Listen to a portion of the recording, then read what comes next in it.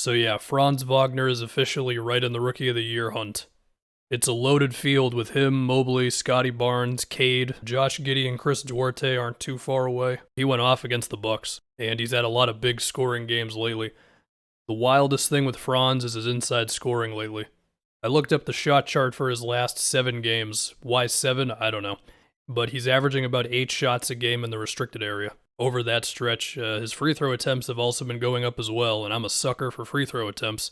He had 10 free throws against the Bucks. He had at least 5 trips to the line in a lot of the games before this one. I mean, look at that move on Chris Middleton one more time. The way that he just gets him with that crossover, acting like he's going to use the screen, then he just kind of barrels his way into Giannis, not really scared of the contact. One type of shot that I am intrigued by with Franz are these shots he takes that are just outside the restricted area. Whether you want to consider them to be hook shots, floaters, whatever, I think these shots are the quiet thing that will really determine how good Franz ends up being, because he's already showing a knack for getting the defender on his back and navigating around screens, but he's not a super duper athlete, so he might have to go to this sort of shot a bit more than other guys. So we'll see how these go for him long term. For the season, he's shooting about 44% on these types of shots. Still, though, the fact that he is already consistently getting to those spots on the floor 30 games into his career, it's a great sign. Of course, not every game is perfect, and that's fine. This Nets game, he didn't shoot well, mainly because he missed a lot of shots around the rim. For the season, he's shooting about 55% at the rim, so there is room for improvement there. I think he'll get there, but it's how it is right now. Would also like to point out he had 11 rebounds and 6 assists in that Nets game. Speaking of assists, he has almost double the assists compared to turnovers this season, so that's a good sign, even if his playmaking stats don't jump out at you. I think this action is interesting, where they have Franz act as the screener instead of him getting the screen himself, be able to make plays in the middle of the floor. As far as when he has the ball, he does bust out plays like this one occasionally, which makes me think there's something more to his passing. The last thing that I'm wondering with Franz is, are we going to see more threes off the dribble and all that? Because as of right now, it's not really a big part of his game. Another question I have is, will he ever shoot a mid-range jumper in his life? I went through like 10 games trying to find one. This is the closest thing I could get.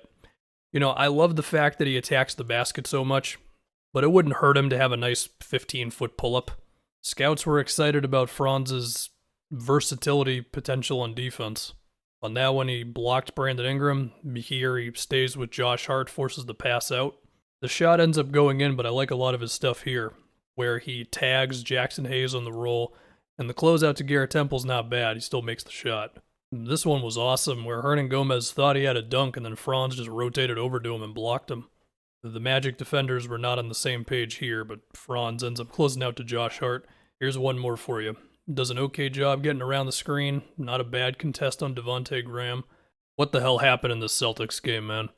They shot 4 for like 50 from 3. And what are they now? 2 games below 500? 3 games maybe?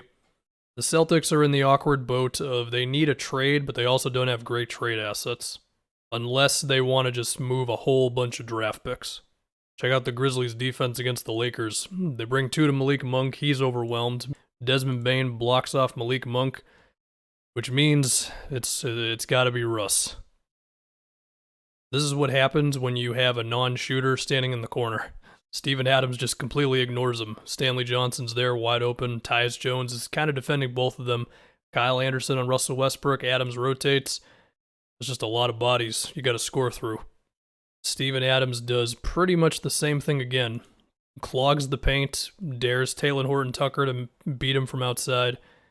THT is shooting, 26% from 3 for his career or whatever it is.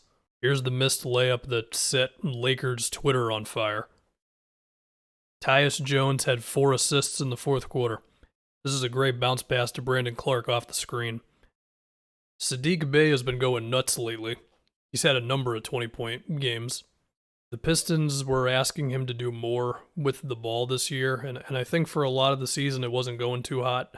But recently it has been a bit better. I mean, in theory, Saddiq Bey can be a physical inside scorer, since he's a pretty built dude. I just don't know if he has that natural scoring stuff. between the handle, the burst off the dribble, just the mentality for it all. But, he has been scoring lately. He's also been getting a lot of free throw trips. He had 7 free throw attempts against the Pacers, 10 in this game against Miami.